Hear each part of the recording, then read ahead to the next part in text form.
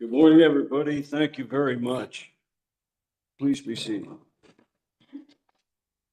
We want to welcome all the visitors that are here for this case. It's nice to have you here. We'll proceed as normal. Please call the case.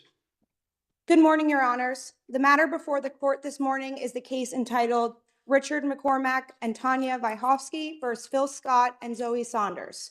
Case number 24 AP 297. Representing the appellants, Richard McCormack and Tanya Vyhovsky, is attorney Jared Carter. Seated at counsel table with attorney Carter is John Franco. Representing the appellees, Phil Scott and Zoe Saunders, is Jonathan Rose.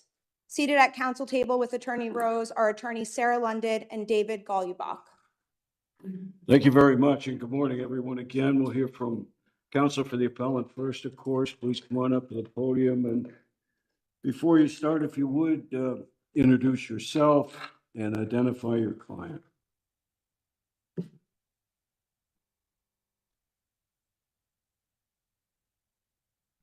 Thank you, Your Honors. May it please the court, my name is Jared Carter, and I have the distinguished honor of representing Senators Vyhovsky and McCormack in this matter. Thanks very much. With the court's permission, I would like to reserve 2 minutes for rebuttal. Your Honors, I teach appellate advocacy at Vermont Law in graduate school. And one of the things I tell my appellate students is never get up and tell a court that a case is not complicated, because there's a chance that some members of the court might find it actually to be complicated. Your Honors, this case is not complicated. It is a straightforward statutory construction case that, yes, has major implications for the balance of powers in Vermont and the checks and balances that are so fundamental to our functioning democratic system of governance. Your Honors, if the court will indulge me, I'd like to walk the court briefly through the facts, because quite frankly, they are extraordinary. And when I say extraordinary, what I mean is never in the history of Vermont, from the days of Thomas Chittenden until now, to my knowledge, has a governor ever attempted to do what has been done here. So what is that? On April 15th, 2024, as we said in our briefs and is undisputed, the governor nominated, as is his wont, a Secretary of Education and forwarded that nomination to the Senate forthwith that same day, as is his obligation under the law. Now, the Senate did its due diligence, including my clients. They interviewed and spoke with the nominee, but ultimately on April 30th, the Senate, as its prerogative under the law, resoundingly rejected that nominee in its vote of 19-9. And yet just moments later, the governor, essentially by fiat, said, I'm going to override that vote of the Senate, and reinstalled her as a so-called interim Secretary of Education. With a term limit, Mr. Carter, correct? Excuse me? With a term limit. She terms out on February 28th, 2025. That's correct. And that's the same term limit that he had proposed first on April 15th. And then again in November, when he made the subsequent third appointment of the secretary on November 24th, the same term. That's absolutely correct. So the only functional difference of all of those nominees was she was called an interim after the April 30th vote. And where does isn't that the big issue here? She was interim, and the governor had the ability to appoint her as interim under the Constitution, but then he had the prerogative in November to nominate her, and that's under the covered by the statutes. So it's not as if the two were the same. Well, it's a great point, Your Honor. The position that we take, and I think this is supported by the law, there is in fact no such thing under Vermont law as an interim secretary of anything. There are secretaries. The way that the Constitution and the statutes deal with this, and why the term interim has sort of been used colloquially, is because the statutes provide for two categories of appointment. There is an in-session appointment and an adjournment appointment. Okay, and that is a product of the Vermont Constitution. So the Vermont Constitution provides the framework. I think it's worth thinking about the Constitution as the enabling statute. So Chapter 2, Section 20 of the Constitution says in Clause 1 that the governor shall have the power to appoint all officers except where the provision is otherwise made by law. The second clause, which my colleagues on the other side, I think, largely hang their hat on, and what the district court held its decision on, says that the governor shall supply every vacancy in any office until it may be filled in a manner directed by law. So the important point there is that even within this constitutional framework that does give the governor the authority to nominate, the process still has to play out as directed by the law under either of those clauses of the Constitution. So what, I'm sorry, go Sorry, ahead, please. no. No, please. Justice, No, it's thank you. So your argument is that as to those two clauses, the advice and consent applies to both of those clauses, even for that interim.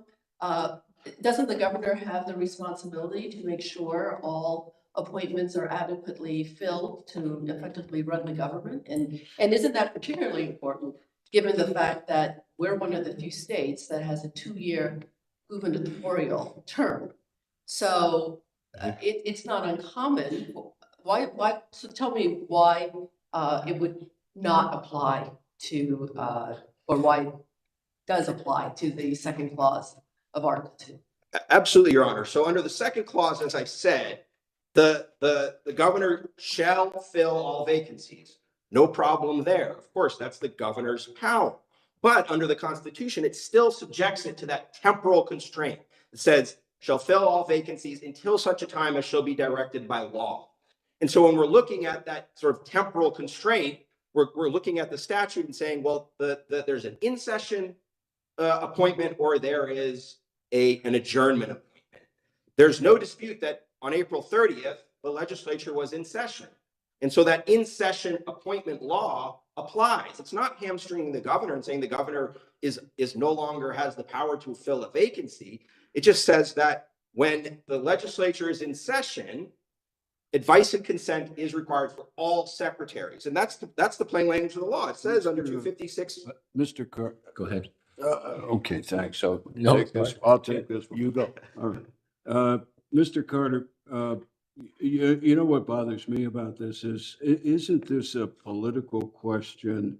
You would not disagree that the court has no business involving itself in political questions, in questions of policy where there may be conflict between two well-reasoned positions that need to be resolved through the ordinary legislative process. Isn't that what this is? Isn't this a policy choice that we really should stay out of? Your Honor, with all due respect, I think the answer is no. And the reason for that is that there really is no policy dispute here. This is about. But there's no black letter law. Well, You've just explained very well how there is no black letter. There's no black letter answer to this. Well, I do think the 3 VSA 256 and 257 provide a black letter answer and account for all of the eventualities that may occur in any given situation. So I think the reason I would say this is not a political question is because it goes to the meaning of the Constitution, the meaning ultimately of the statutes. And it isn't a policy dispute. This isn't senators saying we disagree with the governor's policy on X. This is a suit in which the senators are asserting an institutional interest a la Turner. Well, this isn't Turner. I mean, this is much different than Turner, it seems to me. We're in Turner, we're talking about a judicial seat. Mhm. That's not this case. And I think that there's a significant difference between Turner and this case. I can understand looking back at that for some evidence of how this might progress, but it seems to me that there's a significant difference between it and this one. I would agree there are differences, Your Honor, absolutely. Turner dealt with a specific constitutional issue. I think the reason it's applicable here, though, is while this is a statutory construction question, the enabling statute, for lack of a better word, is the Constitution. These statutes are a product of those constitutional provisions. And while it's not the Supreme Court, it is a dispute between two branches of government. In Turner, obviously, it was, does the executive have the power to nominate someone who hasn't yet vacated the position? Here, it's, does the governor have the power to override a Senate's duly elected decision? Well, does the governor have the power to appoint after the Senate has rejected the same individual person in consideration of his obligation of responsibility under the Constitution to fill every vacancy? You know, that's the policy choice, I think, that's got to be made.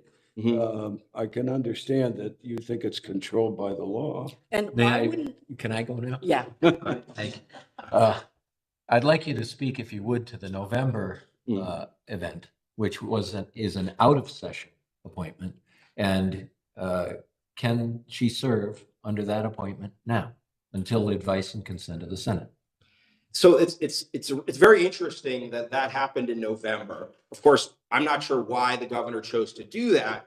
I think there's two answers really to that. The first one is, under the, as I said, there's two approaches. There's in session, there's an adjournment appointment. Under the law, an adjournment appointment can only be made if there is a vacancy, which makes sense. Can't appoint someone to a position that's already filled. So the only way that appointment would be legally valid is if there was a vacancy, which means the April 30th appointment override had to have been invalid. So that is one way I think the court could address this. And in some ways, it's sort of an elegant approach, a la Marbury v. Madison. The court could hold that the April 30th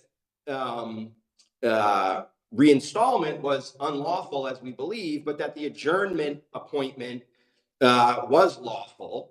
And that effectively preserves the interest of the Senate to be able to up or down, consent or not, for in-session appointments, while also preserving the governor's ability to make adjournment appointments to fill vacancies. or we could say it's moot because of that November appointment. You could say it's moot. The reason I would respectfully push back on that, Your Honor, is because there very much is a live controversy here. The Senate is primed to vote on this matter, but if the district courts, if the Superior Court's decision is allowed to stand, or the governor's position is accepted, it essentially makes the Senate's vote futile. The only thing they can do is vote yes.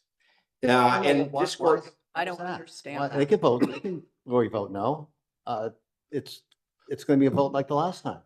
sure, if they vote no, of course, then if the Superior Court's decision is allowed to stand, the governor simply can say, thank you very much. I'm still putting this person in as an interim. And so we're right back to that capable of repetition while evading review, whack-a-mole, that essentially we believe eviscerates the purpose of the statute, which is to balance powers, to allow the Senate to provide its advice and consent, allow the governor to nominate, but to protect those institutional interests. So under the two scenarios, a vote yes or a vote no from the Senate on advice and consent on the November nomination, either way, if she terms out on February 28th, wouldn't it be moot?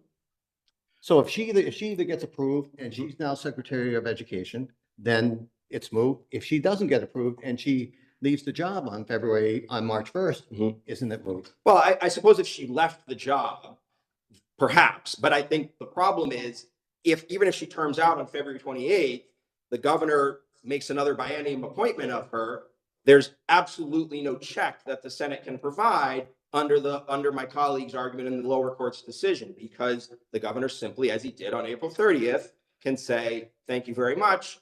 This person is still going to be the secretary. And by the way, this isn't just the Secretary of Education. The Senate is going to be addressing a whole host of different appointments over the course of this biennium in this session. But historically, Senate usually approves a gubernatorial appointment. This is correct. So there's no doubt about that. But I think what's really extraordinary here is that never in the history of Vermont has a governor attempted to just ignore that rejection. I think that's to my mind really the crux. So it is rare for the Senate to reject. Mr. Carter, does your argument survive mootness because the complaint seeks a declaratory judgment that declares that would state that the actions of the Secretary of Education were void based on the appointment? I think that certainly is one way that could survive the mootness. I come back to the capable of repetition while evading review analysis that the court has laid out, and this futility. Yes, they could theoretically vote no, but the reality is, if this decision is the Superior Court's decision stands, then there is no meaningful check. The governor simply says, "Thank you very much. I'm still appointing that person," and that's not what the statute says, and it certainly isn't what I think is critical to the balance of powers, the checks and balances that are enshrined in this statutory regime. Can I switch Sure. arguments here now? I'd like you to address the standing issue. Mhm. So and distinguish Coleman for me, because under Coleman, obviously, you know, it requires the action of a legislative body. Here we have an individual senator. Mhm. So help me reconcile that. So I would compare this to the Turner case, of course. These senators have a constitutional obligation as representatives here to be able to have their vote have some meaning, and without a decision that says the law says what it says and means what it says, then it essentially becomes a futility. Does Senator McCormack still have standing, even though he's decided to move on to new ventures? Well, I would congratulate him on his retirement. I think that's a fair question. It's not one I've quite honestly given a lot of thought to. I think certainly Senator Vakofsky does have standing under our argument to proceed, even if the court were to find that So Senator McCormack didn't. are you arguing that that there's an institutional harm to the Senate that these senators represent in the appeal of this lawsuit? Are you making that argument? I think there is an institutional Well, harm. are you arguing that they represent the institution in that respect? And don't you have to in order to establish standing?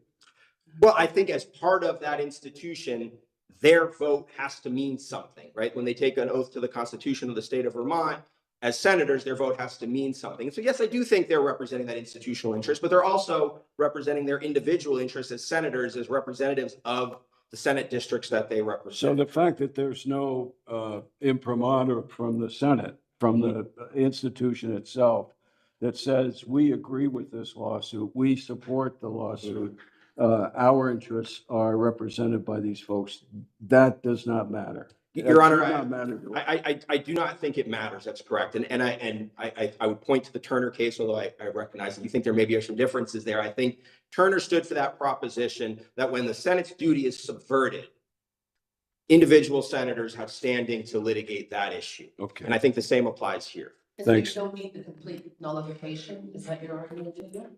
Complete nullification of what, sorry? In terms of the legislative body under Turner, the Turner analysis. Well, I think we did have complete nullification here. The Senate voted 19-9 decisively, and that was nullified moments later by the governor's installation of the Yeah, secretary. please. I think I'm out of time, but You are, I just asked the chief if I could ask. Okay.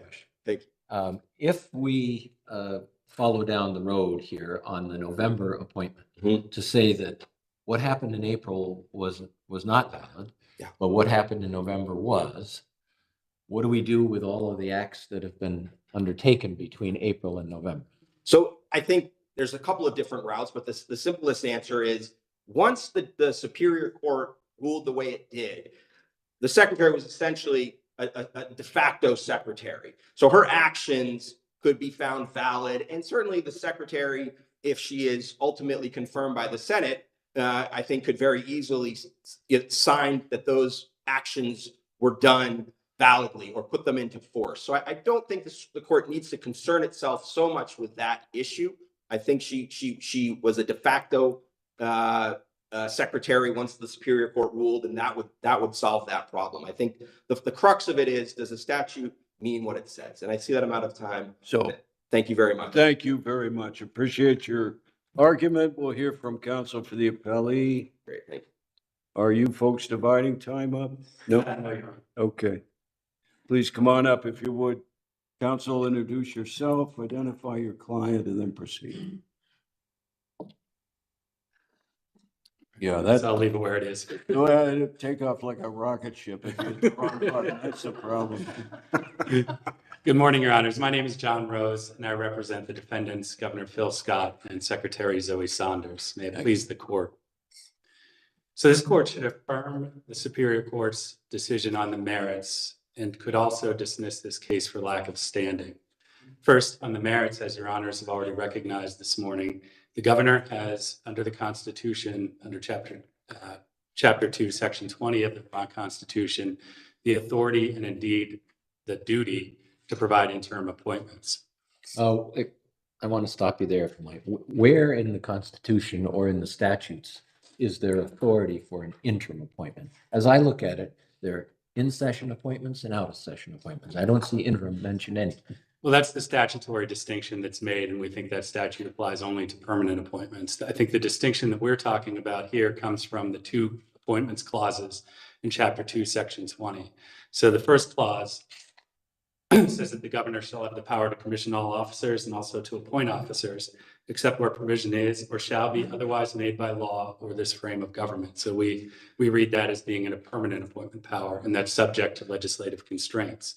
Now, the second clause, the one immediately following, gives the governor power also to supply any vacancy in office, occasioned by death or otherwise, until the office can be filled in the manner directed by law. Don't 256 and 257 direct how that's to be filled? Right, but the second clause speaks in terms of an appointment until that process can play out. And so in the interim, and the reason for this, as we've explained in our brief, is that the governor needs some way to fill offices until the legal process for making a permanent appointment can play out. And that's illustrated by this case. We have a pretty unusual, in fact, a unique statutory appointment process for the Secretary of Education that's spelled out in 3 VSA Section 20. I believe I'm blanking on this right now, but 2047, I believe, where the governor is required to receive 3 nominees from the Board of Education. So this is the first time that statutory process is played out. When Secretary French resigned in 2023. Well, it took almost a year for that process. Yeah, it's interesting because there are, I think you make this point in your brief, there are provisions for the appointment of certain officers of the state, that Green Mountain Care Board, where the legislature has actually specified what it is that the governor can do and cannot do regarding the confirmation or the no confirmation of an individual candidate. Yes, Your Honor. In that circumstance, which we think maybe it'll be a little different here because that's a state commission, it's not a member of the governor's cabinet. There are some concerns there that probably aren't relevant to this dispute directly. But I think the point there is that the legislature did say in that section that the governor may not reappoint someone who's been denied confirmation within the previous, I think it's 6 years.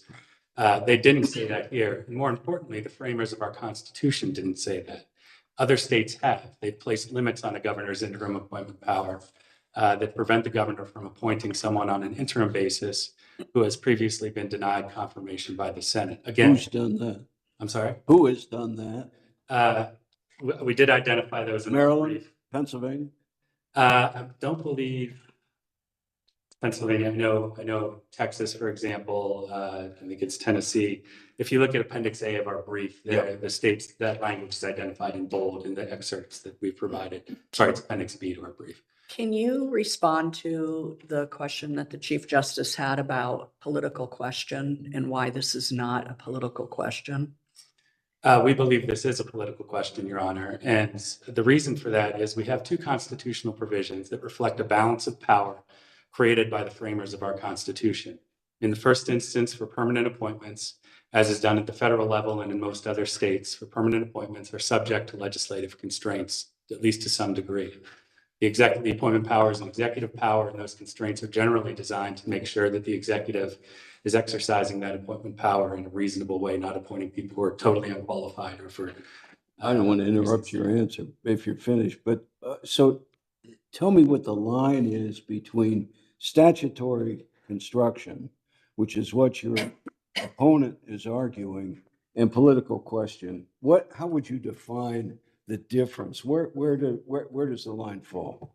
So in the political question doctrine, and I think that's informed in this case largely by separation of powers concerns. And so when we're looking at two provisions that create a balance between the executive and legislative branches, this court has observed that there is some level of play, but there's some level of overlap in that it's separation of powers concern. And I'm coming around to the answer to your question. I'm sorry if I'm taking a while to do it, but but there's some overlap there, in that the political branches need some space to be able to work things out on their own. And I think that's sort of the central point that we're making here, is that there's no clear standard governing how this court should define the balance between interim appointments and permanent appointments. Yeah, but we see cases all the time that have no clear standard, and we resort to canons of statutory construction in order to interpret the law and understand what its meaning is. Why is it that those same principles don't apply here? Absolutely. And in instances of statutory construction where it is the court's role to resolve those ambiguities. Here, one of those canons of construction would be that in a case implicating separation of powers, the court should refrain from resolving those ambiguities. When to do so would interfere with the interplay ongoing between the other political branches. But isn't this an interpretation of the Vermont Constitution, not separation of powers? I mean, obviously that's underlying, but isn't the role of this court to determine what the Vermont Constitution says? It is, Your Honor, and I believe it's both an interpretation of the Vermont Constitution and a separations of powers issue. And so it's our position that the Constitution is clear. The government has an interim appointment power under the second appointments clause in section 20, and that power authorized him to appoint. There's no restrictions. The plaintiffs are asking this court to read into that clause restrictions on whom the government can appoint on an interim basis. We don't think it would be appropriate for this court to do that as a matter of plain language constitutional interpretation. I guess the point I'm trying to make on a separation of powers basis is that if the court goes beyond that and finds that there's some ambiguity between the two provisions, that's an ambiguity that needs to be resolved politically in this case, and it's not the court's role to jump in and set its own standards for how political branches interact. Discuss mootness for just a second? Yes, Your Honor. Regarding the appointment in November 2024, where there'll be a vote, I suspect, before February 28th, either yay or nay. Doesn't that end the case? I think that illustrates that this is a political issue that's about to be resolved in a political way. I think our position is that the case isn't moot because I think, as Justice Carroll pointed out, I'm sorry if it was Justice Waples, but there is still a declaratory judgment request in the complaint asking the court to essentially invalidate everything that Secretary Saunders has done while serving as interim secretary. We think that probably makes the case not moot from a retrospective basis. The case certainly will, at least as of February 28th, be moot on a prospective basis. We think an order invalidating Secretary Saunders' actions would be devastating for the work of the Agency of Education, which she's been running since last April, essentially, or even before then. It would also call into question years of practice at the political branches of operating with interim appointments. As we pointed out in our briefs, governors of both political parties have used interim appointments for years to fill vacancies Does that make it lawful? Well, I have a question. I could answer that.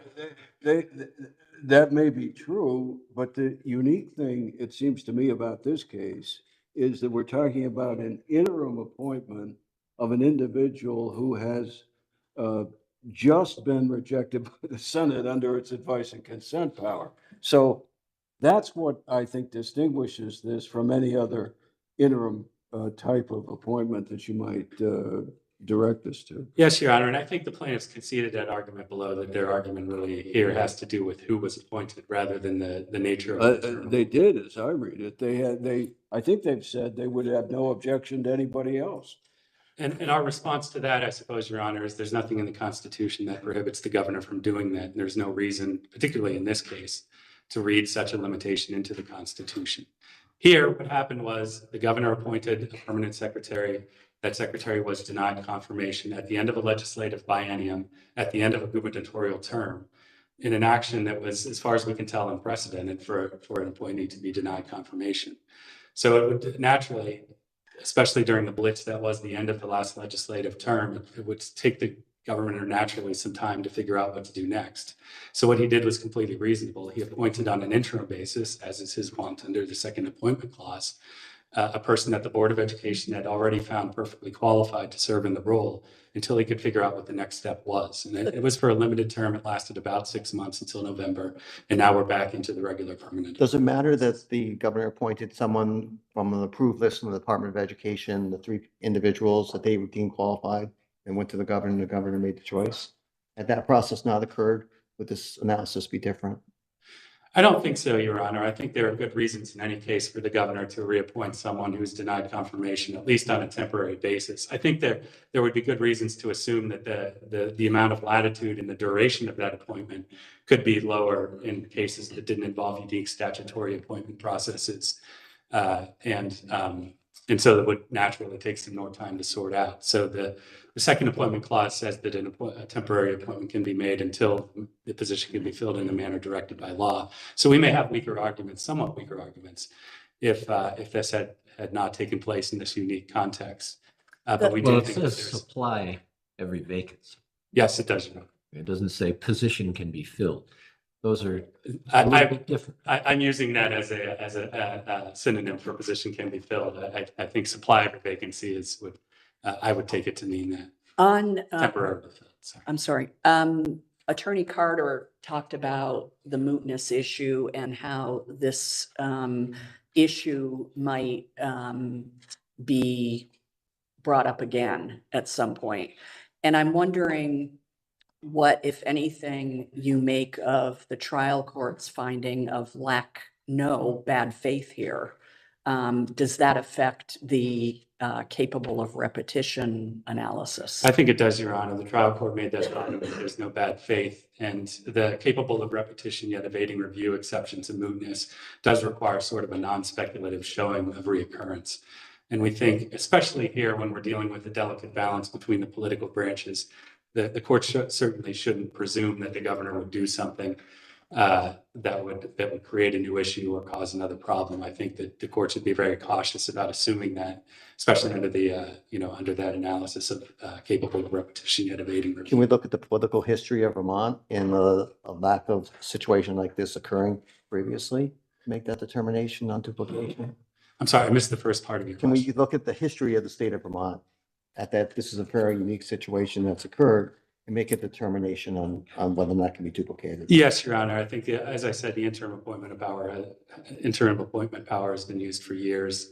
The history of the state shows that there has been a balance reached by the political branches that has worked well up until now without any legal challenge.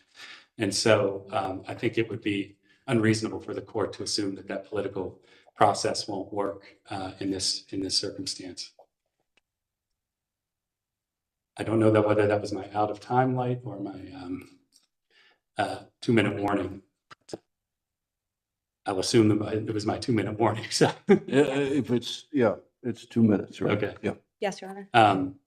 So I guess I would just sort of finish by saying that, emphasizing that what happened here was limited exercise of the governor's interim appointment power. This isn't a case where the court needs to define the outer limits of that power because the exercise of the power was so reasonable in this case. Again, we were dealing with a limited time frame appointment in unusual circumstances. Mr. Rose, I apologize for interrupting you. I wanted to ask about your position on standing and Turner v. Shumlin. Yes, Your Honor. So our position on standing in Turner v. Shumlin is this case can be distinguished from Turner v. Shumlin for the reasons that Chief Justice Reiber explained for the most part, that involved a constitutional advice and consent authority on behalf for a member of the judiciary as opposed to a gubernatorial appointment. We do think that standing law has progressed, at least at the federal level, since Turner v. Shumlin, and we've cited some cases for that principle in our brief. You're asking the court to adopt the Rings test, is that right? As interpreted by the federal courts since then, yes, Your Honor. And I think the circumstances of this case do reflect the rationale for those rules in the federal courts now, is that we now have one senator who's still an active member of the Senate advancing claims that implicate the Senate's institutional power as a whole. And out of respect for the Senate, we should be ensuring that we know what the Senate's position is on all this before the court should be deciding a case. If there is such a thing as an interim appointment, what are the limits of it? I guess the court doesn't need to figure out what the limits of it are. There probably are separation of powers type limits on that. So for example, if the governor started a term just by issuing interim appointments and not sending anyone to the Senate, that would reflect maybe a bad faith use of the power in an attempt to circumvent the first appointment clause in section 2, or I'm sorry, in section 20 of the Constitution. There are other circumstances that may be considered bad faith as the court framed it. We just think we're far from that limit here, whatever it is, and the court should be cautious in establishing limits in a case like this, where we don't need to figure out what the exact outer limits of the balance between the executive and legislative branches are. Okay, thank you Your very Honors. much. Does the appellant have any time? Appellant has no time remaining. All right, please call a conclusion of the hearing.